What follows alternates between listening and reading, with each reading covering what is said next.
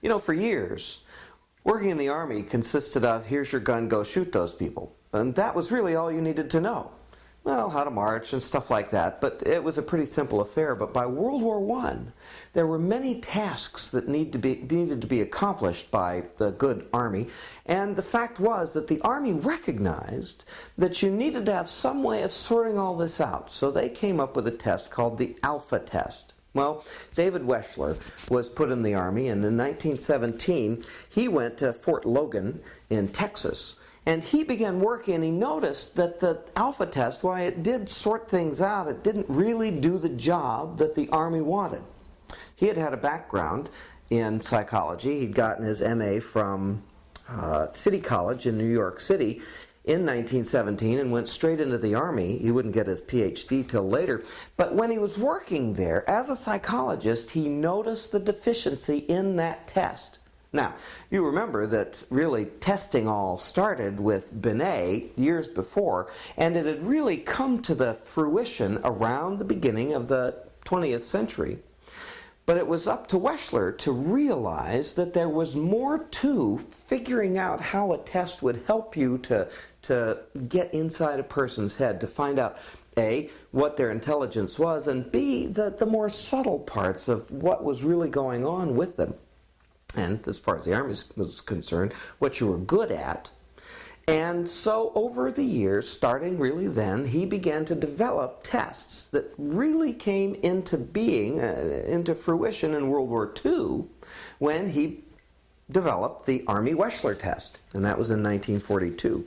And it was that really beginning in the interwar period that set the stage for what was going to be Wechsler's biggest contribution, which was a more accurate test, specifically in his intelligence test for children and for adults, and finally for preschoolers, where he had a whole battery of tests that would help people to find out what was going on with people in these ages. As a matter of fact, it was 1938 that he came up with his own test, because his work with Spearman way back in 1917, where Spearman had his two factor test based on the factor G, he saw that intelligence was really more than that. As a matter of fact, one of his most famous quotes is, "Intelligence is the aggregate or global capacity of the individual to act purposefully and to think rationally and deal effectively with his environment." More than just can you pass a paper and pencil test based on your verbal score or how well you can do sums in mathematics, he saw that intelligence was based on a whole range of abilities.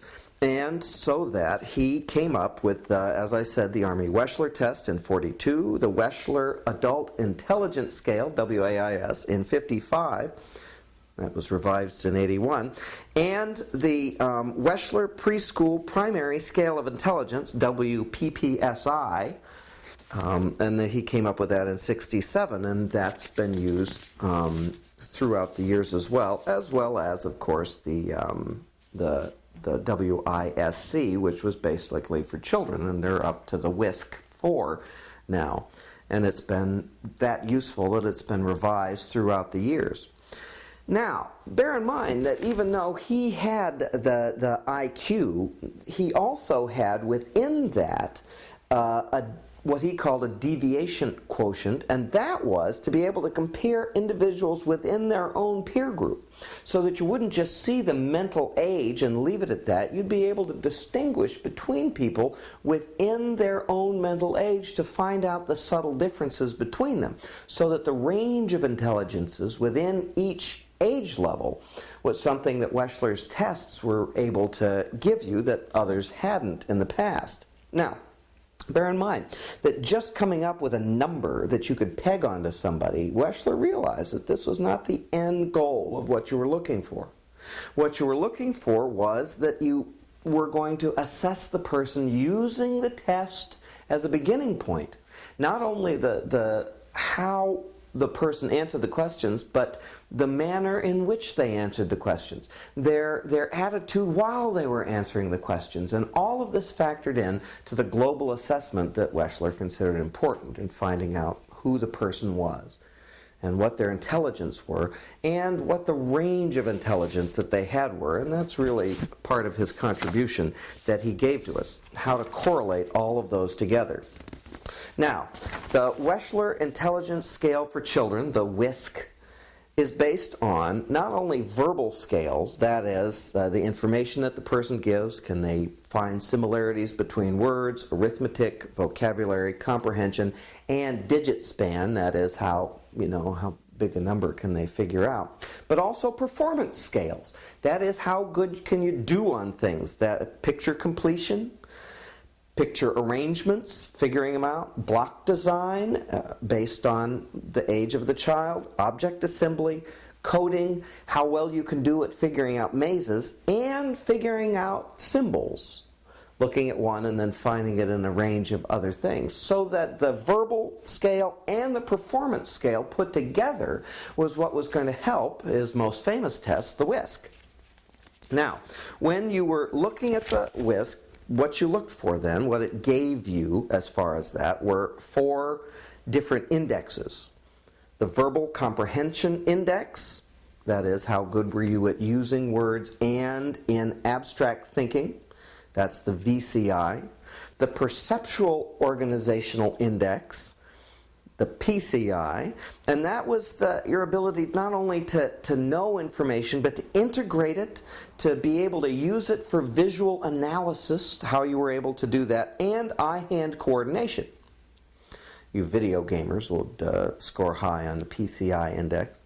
The Freedom from Distractibility Index, the FDI, and that is how well are you able to concentrate and remember things, but also can you do it with other things going on, or are you constantly being distracted by things? So the Freedom from Distractibility Index and the Processing Speed Index, or the PSI.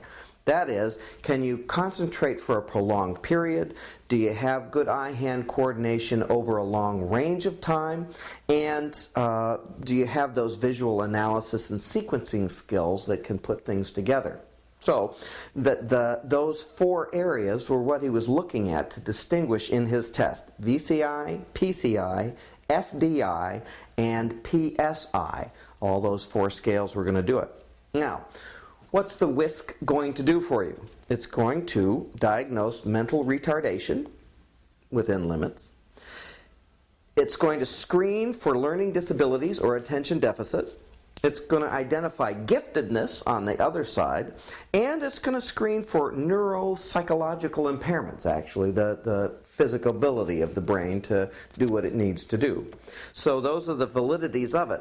Now, how are you going to what kind of analyses is this going to give you? It's going to give you a normative analysis. That is, a comparison that looks at the persons being examined, their own cognitive ability within the population, the IQ, the mental age. But also, it's going to, it's called intra-individual analysis, and that is, within the child's own psyche, it's going to be able to tell the strengths and weaknesses for that person. There again, within limits, and so that you can see from the development of the WISC that it's going to give you a range of abilities to tell within the child. So remember that the Wechsler Intelligence Scale for Children, 4th edition, the WISC-4, was normed for kids aged 6 to 16 and 11 months, almost 17 but not quite. It was modeled after Spearman's 2-factor theory of G intelligence, and it has the verbal, perceptual, processing speed, and freedom from distractibility scales. So all of those 4 scales is what you're looking at. Now, here's a little mnemonic for you as you're going through that. When a kindergarten child is 6 years, include 10 and 11 to make 16 and 11 months. Include 4 index scores created by adding Spearman's 2-factor of the theory G, W-I-S-C, or WISC.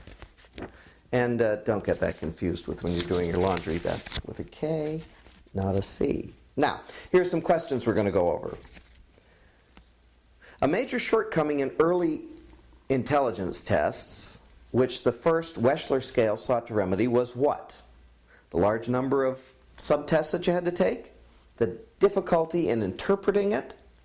The emphasis on individual administration, you had to be one-on-one, or its unsuitability for adults? And that is A. It was unsuitable for adults. A major weakness in the Wechsler-Bellevue, which was subsequently corrected in his WAIS, concerned the Wechsler-Bellevue's weakness in what? Childish items? Speededness, how long it took to do? Meager validity data, that they hadn't normed it over a bunch of people, or inadequate norms? And the answer is inadequate norms. How are the items in the Wechsler scale arranged? By age grade level, into year levels, into a spiral omnibus sequence, or into homogeneous subtests? And you guessed it, it is homogeneous subtests. What do the Wechsler scales provide? Do they provide a single global IQ only? Verbal and quantitative IQs? A subtest profile without a global IQ at all? Or verbal, performance, and full-scale IQs? You guessed it. Verbal, performance, and full-scale IQs, all of those three. How are scores on the Wechsler subtest reported?